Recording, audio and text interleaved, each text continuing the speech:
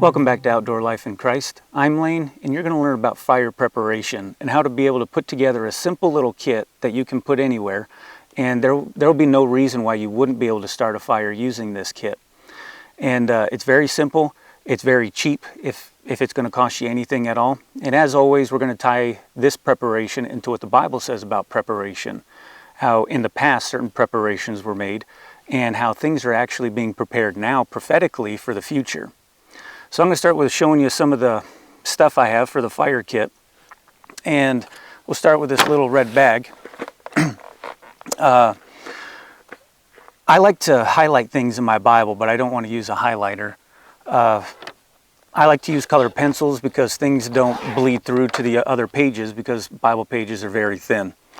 And so I was sold on this kit because not only did it have a bunch of different colored pencils, but it also had this nice ruler to make everything straight, but it also has all the books of the Bible in it. So it helps me figure out where to go in the Bible. A lot of the smaller books like Amos, most people can't figure out where that is. So it's a little study tool, but the thing that really sold me on it was this metal pencil sharpener. That's extremely important because obviously not only is it going to be able to sharpen these colored pencils, but it's durable because it's metal. And one of the things I did was I took this stick and I was able to find a little branch that's pencil thin and be able to put it in the pencil sharpener and get a bunch of shavings out of it. And sometimes that's just easier than using a knife and scraping things away because I can put this right over a metal container such as this, and the shavings just drop right down into the little metal container. And again, you can store this thing anywhere. And a lot of people, when they try and start a fire, they really don't understand what pencil thin is.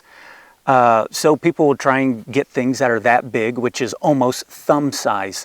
If it doesn't fit in the pencil sharpener, then it's too big, and that's not what you want to start your fire with. So I was able to use this metal pencil sharpener and be able to put it in this little metal tin. And a lot of things that you buy today, they don't have the metal tins that you used to be able to get a few decades ago. But I mean, there's always Altoid tins. That's always an outdoorsman's friend. But I was able to get a decent amount of shavings into this little tin container.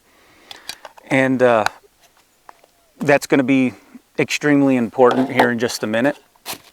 We also have some Gorilla Tape, the 1-inch thickness, hair ties, and a couple lighters. So one of the things I like to do with lighters, I'm not a smoker, but I always have lighters on me because I'm always starting a fire one way or another, or I might need to. So for this example, we're going to be building a kit. So you want to make sure that your lighter does work. Just because you open it out of a package doesn't mean that the fluid hasn't leaked out. And I'm a big fan of Bic lighters. But when you make a kit, one of the problems you can have when you're storing it away is that the little red lever here can actually get depressed and start leaking out all your fluid. That's where the hair ties come in. You can use rubber bands for this, but because hair ties are round, you can't flatten it like you can a regular rubber band.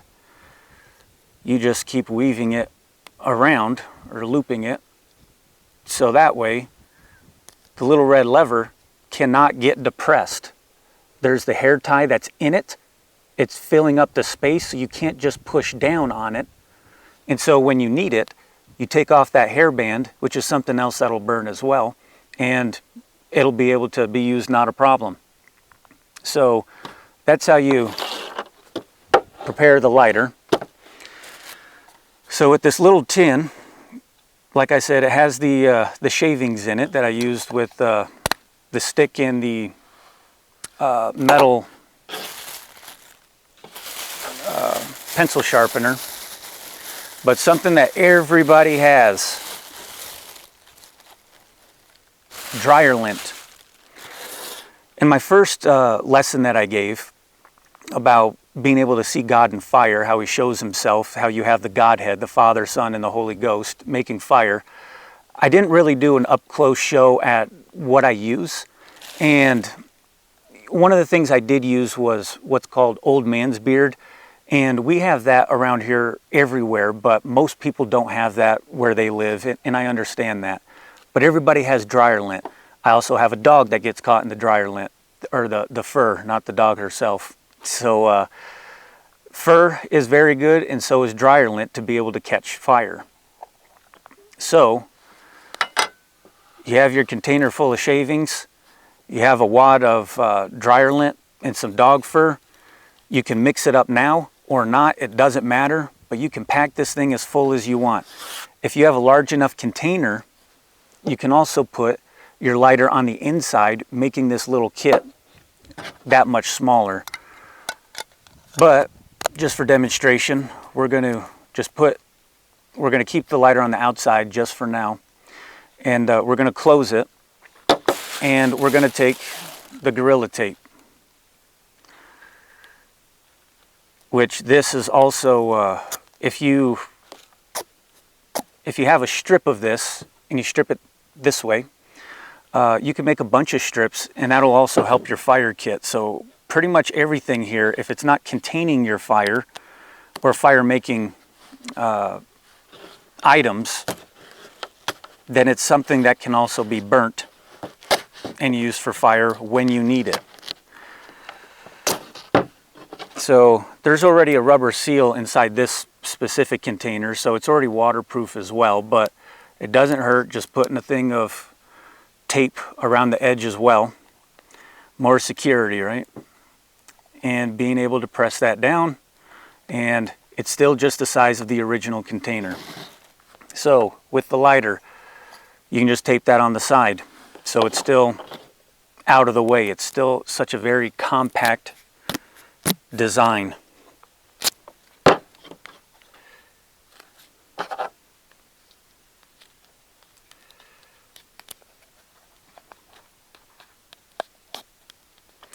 And using Gorilla Tape like everybody loves, this is not coming apart unless you try and purposely make this come apart. Here's a fire kit ready to go. And one of the things I did forget, I was distracted before this video, but pine needles. Pine needles are absolutely everywhere. So let's go ahead and open this back up, and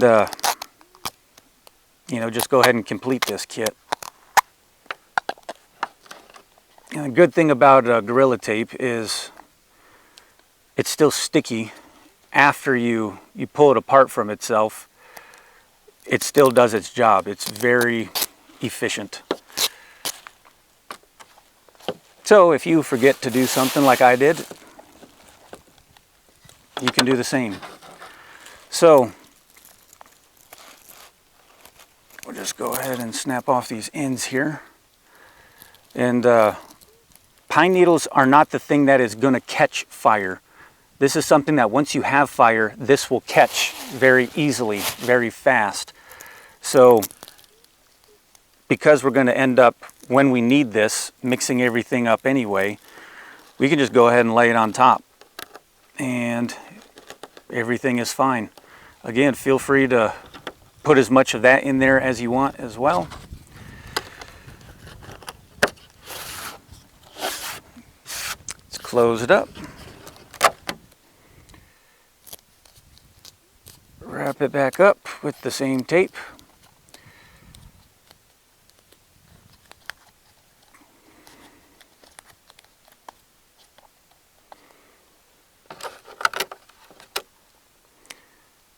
Put your lighter back on there. And there you go. So this is something that you could put in your pocket.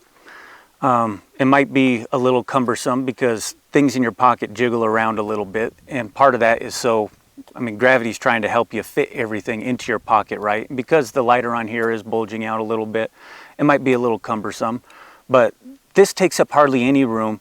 It's so light, you'll be able to put this in any pack. You can throw it in your glove box. make a few of these. It's so easy to be able to start a fire using lint. Like I said in my original fire making video, lint starts fires in people's houses. I used to be in the appliance repair business, and some appliances I used to deliver, I would ask people if they checked their dryer vent going out of their house. And one guy used to be a firefighter, and he realized he could make so much more money inspecting homes, so he quit the fire department. And so I asked him, I said, have you checked your dryer vent? He said that never even crossed his mind. And I said, that's one of the #1 things that starts fires in houses. I was pretty shocked how he did not know that. And all the lint that actually came out of his vent, it was amazing. I don't understand how the dryer ever worked, because there was no way for the heat and moisture to be able to escape. And so I always collect the dryer lint because it catches fires so easy. So that's something that you can do as well. And one of the things that I'm going to do with this specific kit is, my mom actually ordered this bag. I don't know where she saw it online. Small tactical looking bag, and she ordered it. It came in, and she said she really doesn't know what she's going to do with it. And so she sent it to me and asked if I could use it. And I said I definitely could. So my thing is, because this is a cross body bag, it sits this way, or you can change it around to go the other way. That means this is going to sit. It's going to fit on the back of my seat in my vehicle perfectly fine. And so I'm going to stick this little kit right in here. Small enough pouch, I can put a couple of these in here if I want to. But I'm going to make an emergency kit for my vehicle using this pack. And so rather than just sticking stuff in your glove box, for example, if there's an emergency, you need to grab some stuff and go. Maybe your vehicle rolled over, maybe you need some medical equipment, whatever it is. You open up that glove box and everything's going to fall out all over the place. You cannot carry everything. So this is going to be an emergency kit that I'm building. So I have my fire. I'm going to be putting together a medical kit and putting a few other things in here as well. And that way, if something happens, of course I have other things in my vehicle and on my body as well. But I want this to be a kit that I or anybody else is able to grab, and there's going to be emergency supplies in here for the immediate emergency, not long term. There is a difference, and I really don't want to get into that right now. But this is how you can make a very simple fire kit. There's no way that you won't be able to start a fire doing something this simple. So as always, what's the Bible say about this? I was talking about biblical preparations. So we're going to go to the book of Mark, chapter 1.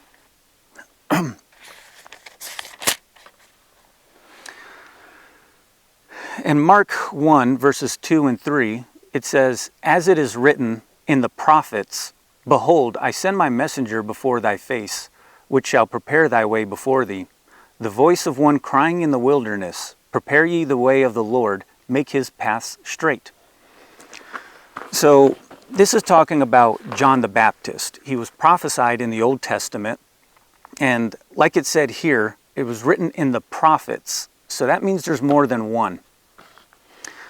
And in the book of Matthew, Luke, and John, this parallel passage, it always says written by Isaiah. It doesn't mention any other prophet. It just mentions his name. So I tracked that out, and if we go to Isaiah chapter 40, verse 3, that's where that all came from. Isaiah 40 verse 3 says, "The voice of him that crieth in the wilderness, Prepare ye the way of the Lord, make straight in the desert a highway for our God." So that's where the book of Matthew, the book of Luke, the book of John all got that. But in Mark, I was thinking, well, it says prophets, so there had to have been another one. And two witnesses are going to be extremely important, especially in the end times. The Bible talks about two witnesses multiple times. And so I started thinking, where was the other place that was mentioned? And so I was taken to the book of Malachi. In chapter 3, verse 1, it says, "Behold, I will send my messenger, and he shall prepare the way before me. And the Lord, whom ye seek, shall suddenly come to his temple, even the messenger of the covenant, whom ye delight in. Behold, he shall come, saith the Lord of hosts." So, it's extremely important that there were two prophets that prophesied this about John the Baptist paving the way for the Lord. It is extremely important. And because it's important, I decided to look at a Bible, which I have right here. And I figured, if Matthew, Luke, and John are giving parallel passages, what does a Bible say? And I was right to look it up.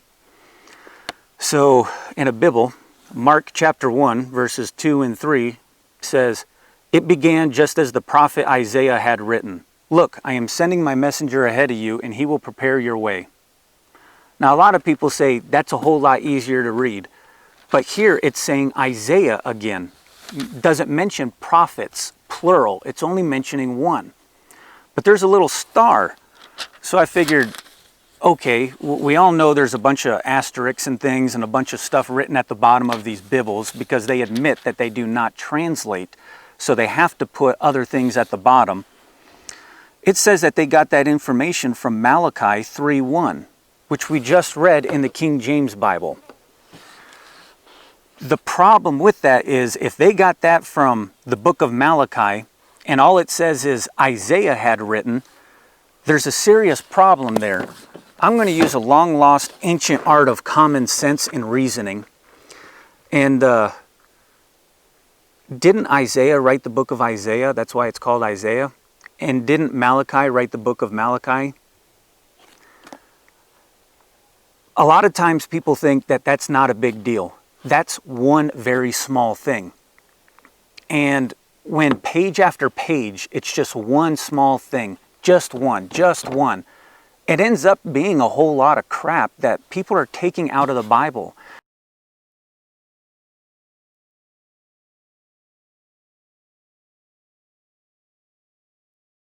And that's where you're getting these people that are shooting right now for the one world religion and the one world government. And I believe there should be a one world religion. It should be Christianity. It should be followers of Christ. I believe that there should be a one world government. Jesus will come back and he will enforce that. But the way that the world is doing it is completely wrong and it is satanic. People do not understand what the Word of God says. And that's extremely important. We're talking about simple preparation, and people have preparations completely wrong. When you're a baby, you learn to crawl in preparation for you to be able to walk, in preparation for you to be able to run, in preparation for you to be able to go to school, in preparation for you to be able to find a job where you get trained how to do that job. Preparation is full of our life. And these fake Bibles, they're completely removing preparation and prophecy. So when the Lord comes back, people are going to be completely confused. So this is actually a two-part video. I wanted to make this one real simple. There's no excuse why you wouldn't be able to put a little kit like this together in case of an emergency or in case you're just going out having fun. I hope you watch the next lesson. It's going to get interesting. See you next time on Outdoor Life in Christ.